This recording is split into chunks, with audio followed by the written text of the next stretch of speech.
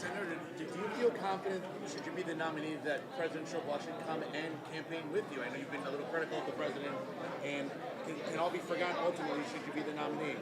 Well, first, they asked me if he was willing to come, would I accept him? Absolutely. He's the President of the United States, and he's the leader of the party. What I said was, and I'll always do this, I will disagree with the president when it's not good for New Jersey.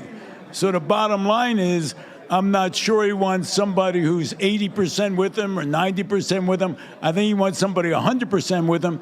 And as I said, that's probably not going to happen. Well, so far what he's doing, is that working for New Jersey right now? Well, it depends on the issue. You know, certain executives, he's talking about infrastructure. He's talking about spending money on infrastructure. And I talked about the railroad and how important it was for Amtrak to change the infrastructure. I think that he realized there was a crisis at the border, and he's taken steps with respect to the border. I also said, even though I got a couple boos, that I am not going to pardon people beat up cops. I don't know what happened to my party with law and order, but I can tell you right now, if I disagree with the president, that's your job as governor. They want a strong governor, someone who's going to stand up for New Jersey. They don't want a governor who's going to say, well, if President Trump does it, I have to be with him 100%. That's not what independent voters, that's not what moderate Democrats, and that's not what all Republicans want. I'm going to be an independent governor with principles set forth on traditional Republican values. Jon, were you surprised? Said you called Trump supporters crazy in the past, as you saw in the audience tonight. A lot of them are with the former president. A majority of the Republican base in the state voted for Trump, almost 2 million of them. How are you going to win them over? And why should they vote for someone like you who has criticized Trump supporters in the past and has said that the former president, or I should say the current president, is not someone you would have supported? No, what I've said is there are extremists on both sides of the aisle, and I don't support extremists. I think 75% of people in New Jersey are in the middle. That's why I keep winning, and these other three guys keep losing, because people want somebody who reflects the will of the people, which is 75% of people in New Jersey. And yes, there are certain crazy people, and I probably have identified them, but they're on both sides of the aisle. Are Trump supporters crazy? Trump supporters are not crazy. I may disagree with certain things that Trump does, but look, the way another candidate frames me, I can't do anything about that. Jon, you mentioned the desegregation zone at times, and you said that it would force parents. There's nothing involved in those talks that Well, I didn't say it shut down schools. This litigation says that schools are segregated. The courts made that decision. Now, how are you going to desegregate the schools?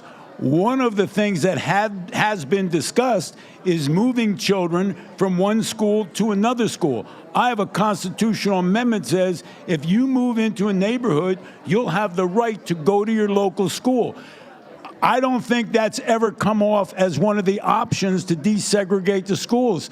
And if they have said that, please show me where Governor Murphy or the Democrats have said that. An option is to bus kids 5 or 10 miles away, and I'm never going to support that.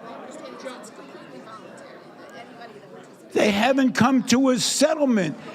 Yeah, first of all, you may be party to those settlement negotiations, but I can tell you it's incumbent on a Democratic administration to tell us what the options are. You may know somebody in the negotiations. I don't. Yeah. Were you surprised that people booed at the January 6th comments you made? Oh, no.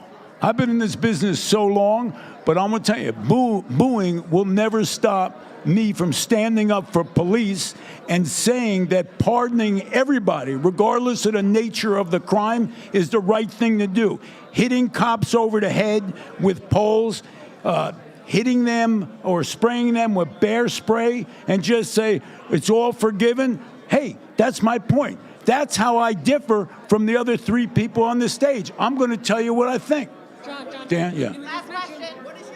Someone had mentioned your prior comments when you said that you would drop out of the race if Trump won New Jersey, but do you regret making those comments? I said if Trump wins New Jersey, I will drop out of the race. He lost by hundreds of thousands of votes. The other three people think he won. Actually, Jack thinks he won the election.